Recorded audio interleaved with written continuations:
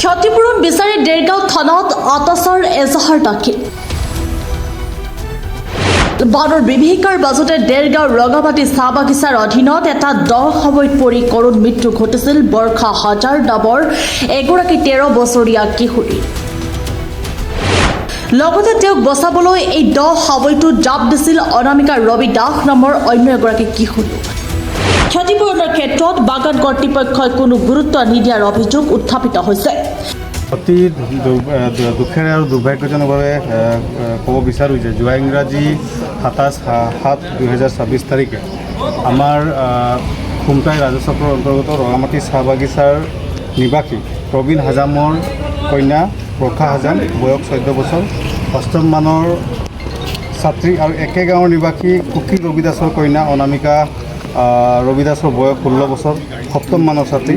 এই দুগৰাকী ছাত্ৰী আচলতে সেইদিনাখন ভূঁই ৰুই ঘৰলৈ উভতি অহা সময়ত আমাৰ বাদুলিপাৰা চাহ বাগিচাৰ যি ভিতৰত পথ বনাবৰ কাৰণে আচলতে এটা 15 ফুট মানৰ এটা 10 সদৃশ এটা গাঁত খান্দিছিলে।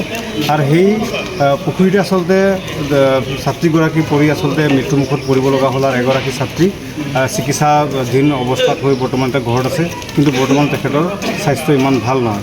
ই আটাইতকৈ দুৰ্ভাগ্যজনক কথা। আৰু এই সন্দৰ্ভত আচলতে আমাৰ আঠছা গোলাঘাট জিলা সমিতিৰ অন্তৰ্গত আমাৰ দেৰগাঁও শাখা সমিতিয়ে বোকাখাট সমত জিলা বিষয়াক এখনি স্মাৰকপত্ৰ প্ৰদানো কৰিছে। আৰু আমি অসম স্বাধীন ছাত্ৰ সন্থা আজি আঠছা গোলাঘাট জিলা সমিতিৰ লগতে আঁঠুৱা মহিলা সমিতি আজি দেৰগাঁও থানাত আমি আহি উপস্থিত হৈ পৰিয়ালবৰ্গৰ উপস্থিত এখনি এজাহাৰ দাখিল কৰিছোঁ। অতি শীঘ্ৰে আচলতে যি আমাৰ বাদুলিপাৰ চাহ বাগিচাৰ যি বাগিচা কৰ্তৃপক্ষ আছে, আমি জানিব পাৰিছোঁ যে এই যি পুখুৰী আচলতে খন্দা হৈছিল, ইয়াত কোনো ধৰণৰ মানে ব্যৱস্থা নাছিল, যাতে প্ৰটেকশ্যন নিদিয়াৰ কাৰণে আচলতে এই ঘটনাটো সংঘটিত হ'বলৈ আমি গম পাইছোঁ যে দুৰ্ভাগ্যজনক কথা। আৰু আমি গম পাইছোঁ তেখেতলোকৰ সম্পূৰ্ণ নেগলিজেঞ্চি আছে। আৰু তেওঁলোকে এটাই গাঁত বুলি নহয়, আৰু বহুত বাগিচাৰ ভিতৰত তেনেকুৱা গাঁত খান্দি থোৱা আছে বুলি আমি জানিব পাৰিছোঁ।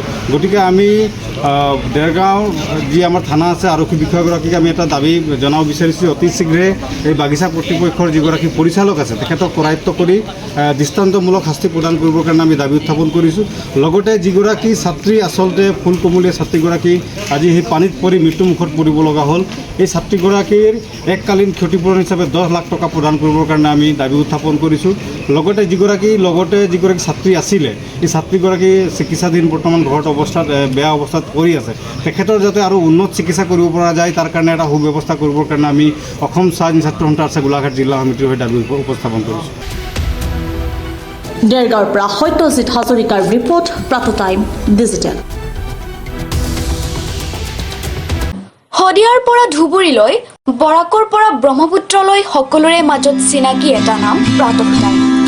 থলুৱা ভাষা, কৃষ্টি আৰু সত্য বাতৰিৰ আধাৰত প্ৰতিষ্ঠিত খবৰ প্ৰাতঃ টাইমৰ প্ৰতিটো বা বাতৰি পুংখানুপুংখভাৱে চাবলৈ Facebook, YouTube, website, Twitter, Instagram আৰু ব্লগাৰ পেজত লাইক আৰু ফ'ল' কৰক।